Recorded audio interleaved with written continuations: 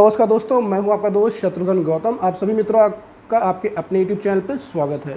इस वीडियो से हम लोग शुरुआत करने वाले हैं कॉम्पिटिटिव इंग्लिश की। अगर आप कोई कॉम्पिटिटिव एग्ज़ाम देने जा रहे हैं जिसमें इंग्लिश का कोई पोर्शन आता है तो यहाँ से आप शुरुआत बिल्कुल जीरो से कर सकते हैं। इस वीडियो में हम लोग बिल्कुल जीरो से लेकर चलेंगे कि किस तरीके से कॉम्पिटिटिव एग्ज़ाम की तैयारी की जाए। मैं आपसे केवल यही कहना चाहूँगा, जिस भी एग्ज़ाम की आप तैयारी कर रहे हैं सबसे पहले उसका प्रीवियस पेपर 2-4-5 साल के पुराने पेपर जरूर देख लें। किस तरह का क्या पैटर्न पूछा जा रहा है, किस तरह के क्वेश्चन पूछे जा रहे हैं, वो एक बार आप देख लें। इससे आपको क्लियर हो जाएगा कि आपको पढ़ना क्या है। हो सकता है पैराग्राफ रीडिंग आई हो, पैराग्राफ में कुछ क्वेश्चंस दे के आपसे कुछ पूछा जा रहा हो सकता है एंटोनिम्स, सिनोनिम्स और कोई खाली जगह, या फिर आपको कोई वर्ड दिया गया है उसका यूज़, या फिर आपको एक्टिव पैसिव डायरेक्ट इनडायरेक्ट या पार्ट ऑफ स्पीच से कोई मिस्टेक, या बहुत सारी चीज़ें हो सकता है आपसे पूछी जाए। और ट्रांसलेशन भी कभी कभी पूछ दिए जाते हैं। तो इस तरह से कुछ भी आपसे पूछा जा सकता है। तो ये आपको जो प्रीवियस पेपर देख लेंगे तो उससे क्लियर हो जाएगा किस तरीके से क्वेश्चन पूछे जा रहे हैं। तो यहाँ पे हम लोग शुरुआत करेंगे थोड़ा सा बेसिक से, और उसके बाद स्टेप बाय स्टेप हम लोग थोड़ा सा आगे बढ़ेंगे। हम यहाँ पे 3 बुकों का रेफरेंस लेके हम आपको जो नोट्स देंगे बनवाएंगे, उसको 3 बुकों से हमने तैयार किया है। उन तीनों बुकों के नाम भी मैं आपको बता दूंगा। पहली बुक है इंग्लिश इज़ ईजी, जो सभी कॉम्पिटिटिव एग्जाम्स में इस बुक से पढ़ाया जाता है। दूसरी how to correct English, how to write correct English, और तीसरी है वर्ड पावर मेड इजी। तो यहाँ पे इन 3 बुकों के माध्यम से मैं आपके लिए इस इंग्लिश की कॉम्पिटिटिव एग्ज़ाम की जो भी तैयारी करवाऊंगा, उसके जो भी यहाँ पे मैं लेक्चर आपको प्रोवाइड करने वाला हूँ, उन तीनों बुकों के रेफरेंस के माध्यम से ही मैं आपको यहाँ पे देने वाला हूँ। चलिए शुरू कर लेते हैं वीडियो। हमारे चैनल पर अगर पहली बार आया है तो प्लीज़ चैनल को कर दे सब्सक्राइब, बेल आइकन को दबा दें ताकि अन्य वीडियो का नोटिफिकेशन आपको मिल सके सबसे पहले। Let's start the video. तो सबसे पहले हम लोग बात करते हैं इंग्लिश कॉम्पिटिटिव में। तो आपको थोड़ा सा ये चीज़ें कुछ क्लियर हो जानी चाहिए। अगर हम लोग बेसिक से देखें, जैसे आपका ये आपको क्लियर होना चाहिए, ये आपको क्लियर होना चाहिए। चलिए देख लेते हैं। यहाँ पे TTV और SVO, ये SVO क्या है? SVO यहाँ पे subject plus verb plus object है। कोई भी जब हम लोग सेंटेंस देखते हैं, जैसे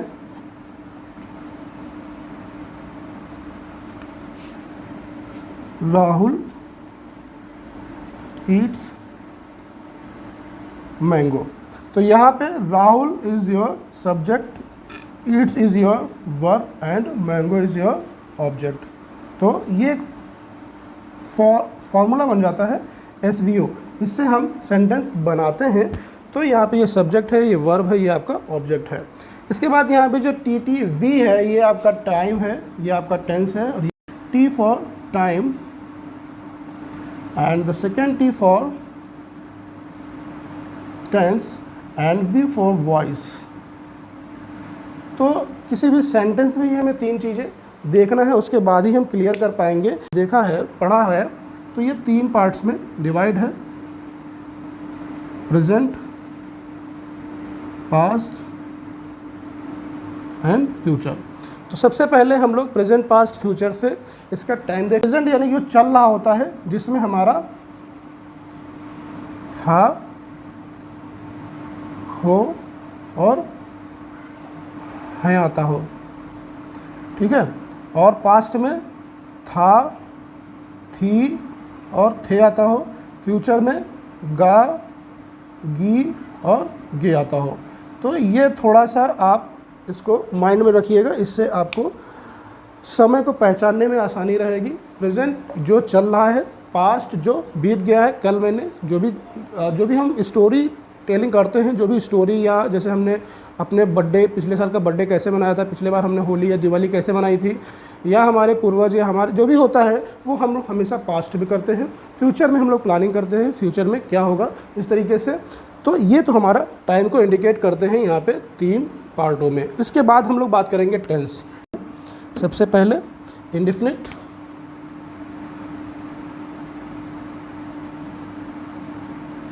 फिर कॉन्टिन्यूअस, फिर परफेक्ट, फिर परफेक्ट कॉन्टिन्यूअस। मेरे ख्याल से चीज़ें आपको समझ में आ गई होंगी। इंडेफिनिट में कुछ भी निश्चित नहीं होता है। कॉन्टिन्यूअस में काम लगातार हो रहा होता है, जैसे मैं पढ़ा रहा हूँ। और परफेक्ट में आपका काम कंप्लीट हो चुका होता है, और परफेक्ट कॉन्टिन्यूअस में काम अभी कंप्लीट नहीं हुआ है, लगातार चल रहा है, और उसमें समय भी दिया होगा, 2 बजे से काम चल रहा है, 4 बजे से चल रहा है, सुबह 8 बजे से चल रहा है। तो इस तरीके से यहाँ पे टाइम दिया रहेगा। तो आपने समझा कि यहाँ पे हमारा टाइम 3 पार्टों में डिवाइड हुआ, टेंस हमारा 4 पार्टों में डिवाइड हुआ, वॉइस हमारी 2 पार्टों में डिवाइड होती है। चलिए इसको हम लोग, हमारी 2 पार्टों में डिवाइड होती है। एक होता है एक्टिव वॉइस और दूसरा होता है पैसिव वॉइस। आपने एक्टिव और पैसिव का नाम सुना होगा।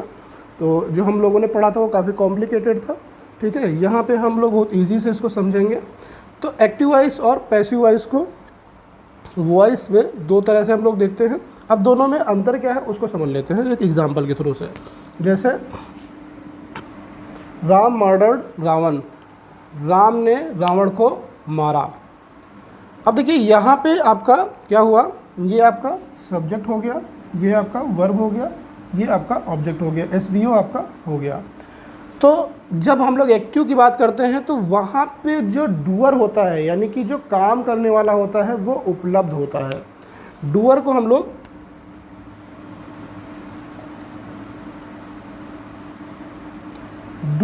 कहते हैं काम करने वाला। तो अगर ये हमारा प्रेजेंट है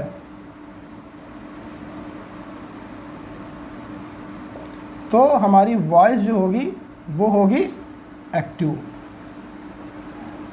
और अगर ये एब्सेंट है तो हमारी वॉइस हो जाती है पैसिव। अब इसको दूसरे, अभी यानी कि ये जो सेंटेंस है ये हमारा कौन सा है, एक्टिव है, क्योंकि यहाँ पे किसने मारा, राम ने मारा। Who murdered, Ram murdered. तो जहाँ पे करने वाला यानी कि कर्ता यानी कि डूअर उपस्थित हो, वहाँ पे वो वॉइस हमारी हो जाती है एक्टिव, यानी कि एक्टिव वॉइस हो जाएगी। लेकिन जहाँ पे काम करने वाला उपलब्ध ना हो, उपस्थित ना हो, वो हमारा हो जाएगा पैसिव। इसी सेंटेंस को हम दूसरे रूप में देखेंगे। चलिए देखते हैं। जैसे हम कहें रावण वॉज मर्डर्ड, इसका मतलब है रावण मारा गया।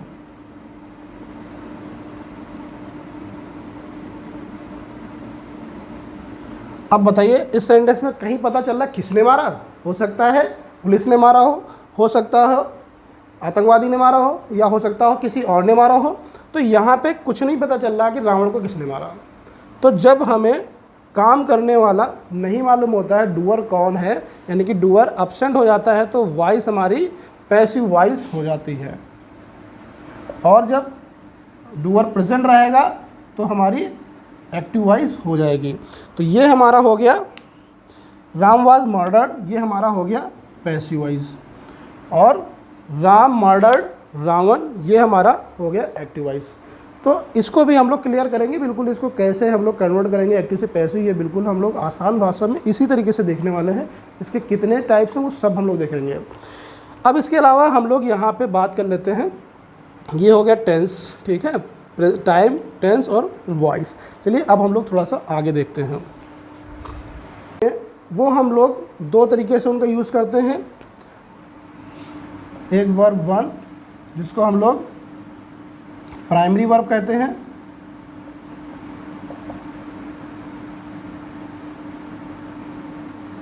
और दूसरी होती है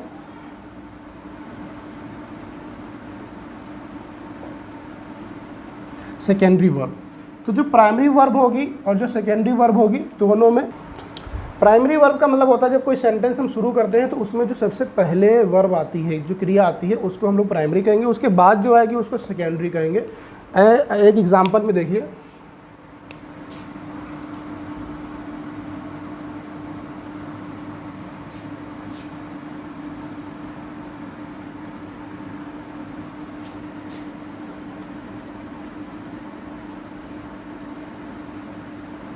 तो यहाँ पे है Pooja will go to Lucknow. Pooja will go to Lucknow,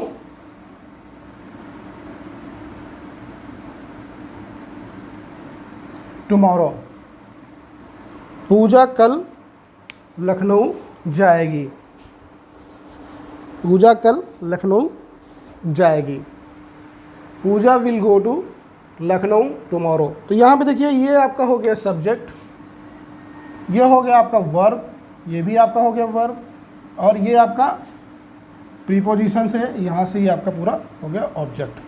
तो यहाँ पे देखिए दो वर्ब आ गई, दो वर्ब आ गई। विल, ये आपका जो है विल जो है ये आपका हो गया मॉडल वर्ब, और ये आपका हो गया मेन वर्ब, ठीक है। तो इसको हम लोग कहते हैं ये आपका प्राइमरी वर्ब हो गया और ये सेकेंडरी वर्ब हो गया, यानी कि पहला वर्ब और दूसरा वर्ब। अब समझ लीजिए कि पहला वर्ब और दूसरा वर्ब को समझने से पहले मैं आपको बता दूं, जो वर्ब होते हैं, हम जो यूपी बोर्ड्स के बच्चे होते हैं उनको वर्ब कैसे याद कराई जाती हैं। देखिए बताया जाता है प्ले, ठीक है, ये फर्स्ट फॉर्म हो गई प्ले, प्ले या plays, first form played, play, played, played.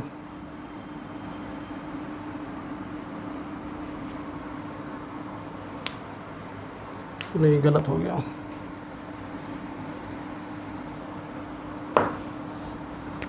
जैसे ये है गो, ये है वेंट और ये है गोन। तो ये हमारी फर्स्ट फॉर्म, ये सेकेंड फॉर्म और ये हमारी थर्ड फॉर्म, और ये हमारी हो जाती है आईएनजी फॉर्म, ये हमारी हो जाता है गोइंग। ये हम लोगों ने पढ़ा है वर्ब के मामले में। लेकिन यहाँ पे थोड़ी सी दिक्कत हो जाती है, ये जो हम लोग फर्स्ट फॉर्म जिसको मानते हैं, ठीक है, तो ये जो फर्स्ट फॉर्म होती है गो और गोज़ जो हम लोग बनाते हैं, ये एक्चुअली में बेस फॉर्म से बनता है। तो हमें यहाँ पे बेस फॉर्म बताया नहीं जाता है कि क्या होता है। तो आपको सबसे पहले बेस फॉर्म होगा गो, उसके बाद फर्स्ट फॉर्म होगा गो और गोज़, उसके बाद सेकेंड फॉर्म वेंट होगा, थर्ड फॉर्म गोन होगा और आईएनजी फॉर्म गोइंग होगा। इसको इसीलिए समझना ज़रूरी है क्योंकि जब बेसिक ऑफ ग्रामर आप देखेंगे वर्ब बी, उसमें फिर आप कंफ्यूज हो जाएंगे। जैसे वर्ब बी है, बी का मतलब होता है होना, ठीक है। तो वर्ब बी है तो ये हमारी जो बी होती है ये बेस फॉर्म होता है, और इसका जो फर्स्ट फॉर्म होता है वो होता है is, am, are. Is, am, are ये बी का फर्स्ट फॉर्म होता है, और इसका जो सेकेंड फॉर्म होता है वो होता है वॉज, वर्ब, और इसका जो थर्ड फॉर्म होता है वो होता है बीन,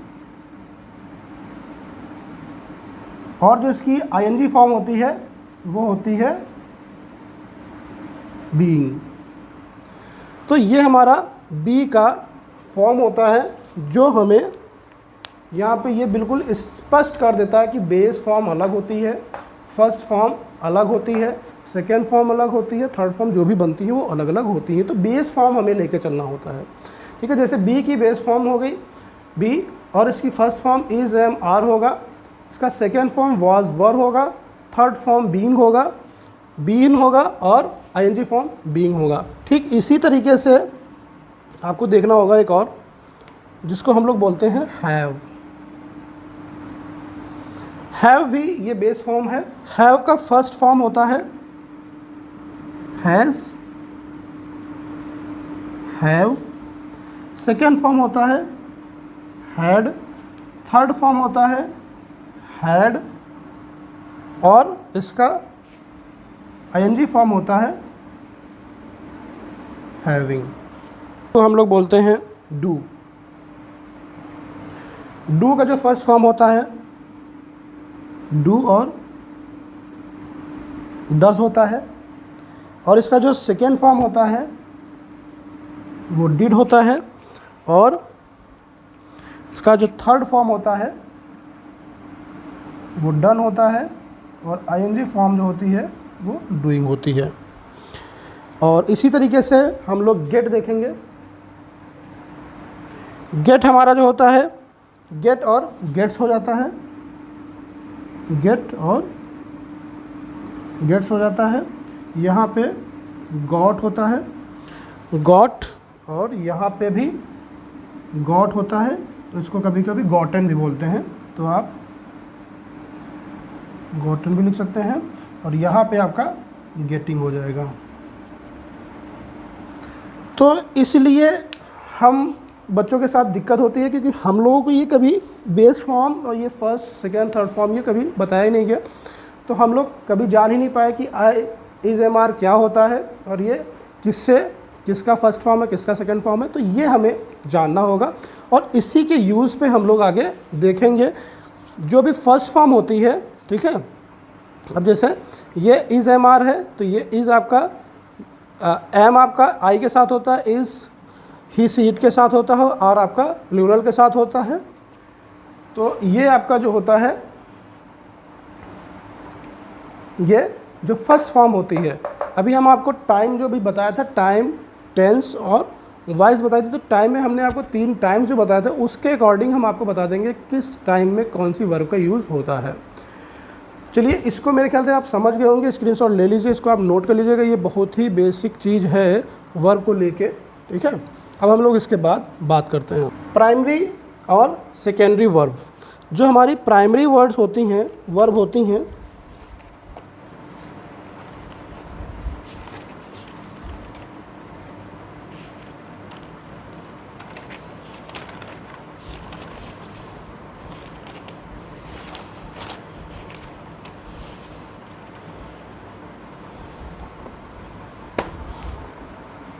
तो जो हमारी प्राइमरी वर्ब होंगी उसमें देख लीजिए कौन कौन सी वर्ब आएंगी। इसमें वर्ब की फर्स्ट फॉर्म आएगी,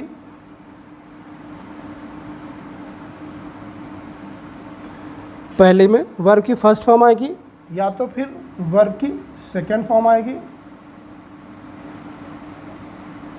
और या तो फिर आपका मॉडल वर्ब आएगी।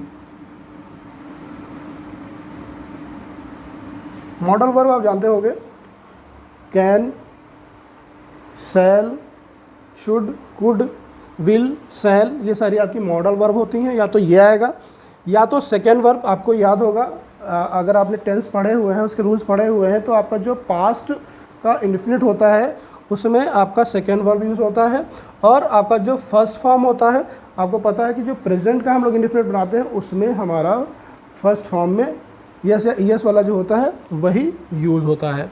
तो प्राइमरी में यानी कि जो पहले वर्ब आएगी वो हमारा या तो फर्स्ट फॉर्म होगा या तो सेकेंड फॉर्म होगा। सेकेंड फॉर्म हमारा पास्ट में होता है, ये हमारा प्रेजेंट में होता है, और ये मॉडल वर्ब हमारा फ्यूचर में होता है। इसको आप ऐसे समझ लीजिए। तो प्राइमरी जो वर्ब आएगी वो प्रेजेंट में आपका वर्ब की फर्स्ट फॉर्म आएगी, सेकेंड में आपका पास्ट आएगा, फ्यूचर में मॉडल या इस तरह की वर्ब होगी। और जो सेकेंड वर्ब होगी यानी कि V2 जो होगा वो आपका वर्ब की थर्ड फॉर्म होगा, या तो वर्ब की थर्ड फॉर्म होगा। जितने भी आप परफेक्ट के बनाएंगे, चाहे वो प्रेजेंट का हो, चाहे वो पास्ट का हो, चाहे वो फ्यूचर का हो, सब में आपका थर्ड फॉर्म आता है। इसके बाद आपकी वर्ब की आईएनजी फॉर्म आती है, वर्ब की आईएनजी फॉर्म।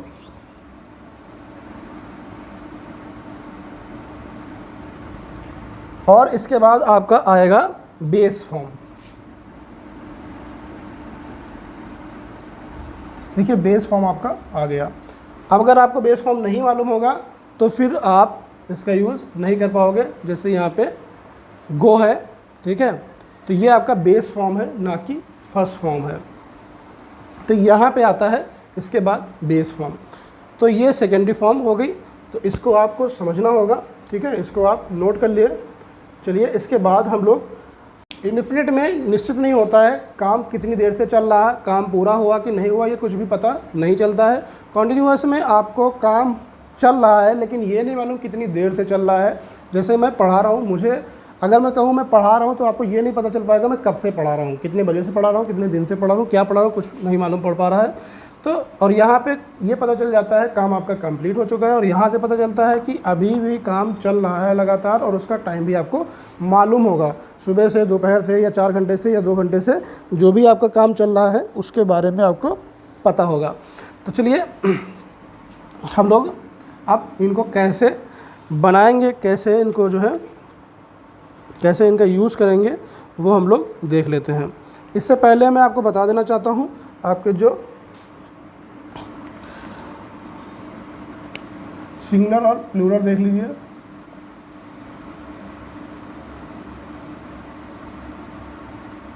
सिंगुलर और प्लूरल, सिंगुलर वो होते हैं जो एक वचन होते हैं, प्लूरल वो होते हैं जो बहुवचन होते हैं, जैसे ही, सी, इट, ये आपके सिंगुलर है। प्लूरल आपका यू, वी, दे, ये आपके प्लूरल हैं, जिनको हम लोग एक वचन या बहुवचन कह सकते हैं। You, we, they, he, she, it, या किसी का नाम भी हो सकता है, कोई नाम भी हो सकता है। इंडेफिनिट का जो फार्मूला होता है वो एक्टिव में होता है सब्जेक्ट प्लस वर्ब की फर्स्ट फॉर्म प्लस ऑब्जेक्ट, ये एक्टिव में होता है, और पैसिव में होता है सब्जेक्ट के साथ वर्ब बी का फर्स्ट फॉर्म यानी कि इज एम आर, और जो मेन वर्ब होता है उसका थर्ड फॉर्म, और अगर इसमें ऑब्जेक्ट होता है तो वो। अब हम लोग एक सेंटेंस देखेंगे जिसको हम लोग एक्टिव और पैसिव में दोनों में बनाएंगे। ये प्रेजेंट इंडेफिनिट का हम लोग देख रहे हैं, जैसे रेखा राहुल को डांटती है, और यहाँ पे हो जाएगा राहुल को डांट पड़ती है, राहुल को डांट पड़ती है। तो ये देखिए दोनों सेंटेंस हो गए। अब हम लोग इसको कैसे बनाएंगे ये देख लेते हैं। रेखा राहुल को डांटती है, तो डांटती है, तो यहाँ पे एक्टिव में हमने क्या बताया था, सब्जेक्ट और वर्ब की फर्स्ट फॉर्म। तो सब्जेक्ट हमारा क्या है, रेखा है, ठीक है, और यहाँ पे हमारा जो वर्ब है वो है डांटती। तो डांटती की जो इंग्लिश होता है वो होता है स्कोल्ड, SCOLD। और आपको पता है जब ये आपका जो रेखा है ये सिंगुलर सब्जेक्ट है तो वर्ब कैसी होगी, सिंगुलर होगी। तो सिंगुलर हमें इसे बनाना पड़ेगा क्योंकि ये प्लूरल होती है, जो बेस फॉर्म को हम लोग आगे ऐसे रिपीट करते हैं वो हमारा प्लूरल हो जाता है। तो इसमें हम लोग क्या करेंगे, एस लगा देंगे, तो रेखा स्कॉल्ड्स। तो ये हमारा सब्जेक्ट आपका सिंगुलर था और हमारा वर्ब भी सिंगुलर हो गया, ठीक है। तो SS ये वाला जो रूल हमने बताया था ना, SS सिंगुलर सब्जेक्ट के साथ सिंगुलर वर्ब। तो ये हमारा सिंगुलर सब्जेक्ट के साथ सिंगुलर वर्ब हो गया। रेखा स्कॉल्ड्स राहुल, ये हमारा इसका सेंटेंस हो गया। इसमें कैसे बनाएंगे, इसमें डांटने वाला है ही नहीं, यानी कि डूअर एब्सेंट है, इसीलिए पैसिव है। तो यहाँ पे जो सब्जेक्ट हमारा हो जाएगा वो राहुल हो जाएगा, राहुल। अब हमने क्या बताया था, वर्ब की first form is am are. तो राहुल के साथ क्या लगेगा, इज लगेगा, एम लगेगा कि आर लगेगा। तो इज होता है ही सी इट के साथ इज लगता है, एम सिर्फ आई के साथ लगता है, और आर आपका यू वी दे के साथ आर लगता है। तो राहुल के साथ हमारा इज हो जाएगा, राहुल इज। अब इसके बाद फिर हमने क्या बताया था, मेन फॉर्म की थर्ड फॉर्म। मेन फॉर्म इसमें है डांटना, तो डांटने की थर्ड फॉर्म स्कोल्डेड हो जाएगा, स्कोल्ड की थर्ड फॉर्म हो जाएगा स्कोल्डेड। बस आगे कुछ है ही नहीं, इस ऑब्जेक्ट इसमें होता ही नहीं है, ठीक है। तो ऑब्जेक्ट हो भी सकता है तो आप इसमें रख सकते हो, कोई दिक्कत नहीं। राहुल को डांट पड़ती है तो इसका हो जाएगा राहुल इज स्कोल्डेड। तो ये आपका हो गया। अब इसको जैसे निगेटिव बनाए तो कैसे बनेगा, देख लीजिए। निगेटिव में डू और डज लगता है, तो रेखा राहुल को नहीं डांटती है, तो रेखा।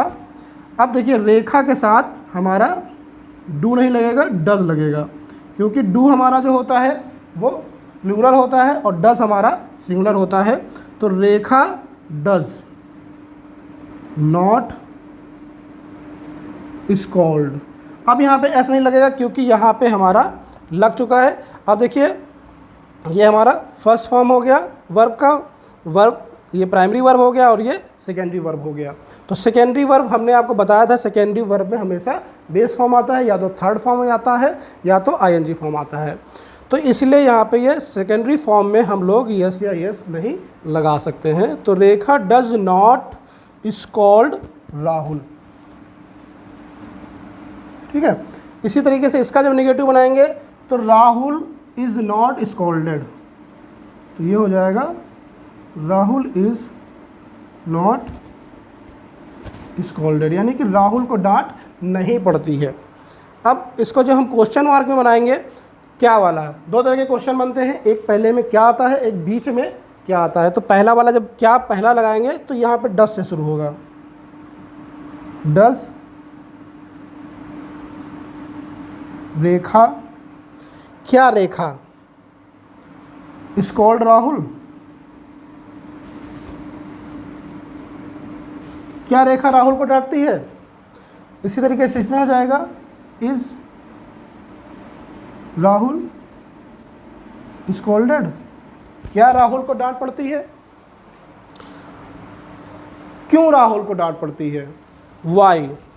तो अब हम लोग जो अंग्रेजी में कोई शब्द वाई, वाट, विच, वेयर, ये क्वेश्चन मार्क जब सेंटेंस के अंदर आते हैं, जैसे राहुल को क्यों डांट पड़ती है, तो यहाँ पे क्यों शब्द सेंटेंस के बीच में आ गया, तो वाई हम लोग पहले लगाएंगे। वाई यहाँ पे वाई रेखा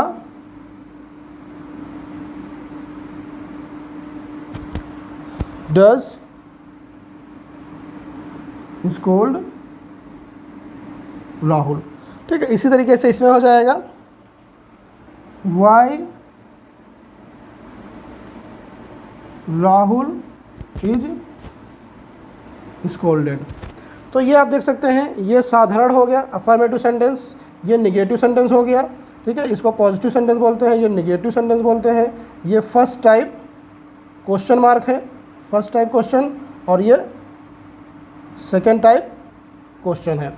तो ये चार तरीके से आपसे सेंटेंस बनवाए जाते हैं, affirmative, negative, first type question mark और सेकेंड टाइप क्वेश्चन मार्क वाले क्वेश्चन। तो इस तरीके से आप एक सेंटेंस से दूसरे सेंटेंस में डायरेक्ट चेंज कर लेते हैं, ठीक है। और यहाँ पे आप डायरेक्ट उसका पैसिव भी बना लेते हैं। तो इसी तरीके से मैं आपको सारे सेंटेंस कंप्लीट करवाने वाला हूँ। For watching this video, please channel को कर दे सब्सक्राइब, बेल आइकन को दबा दें ताकि हमारे अन्य वीडियो का नोटिफिकेशन आपको मिल सके सबसे पहले। Thank you for watching.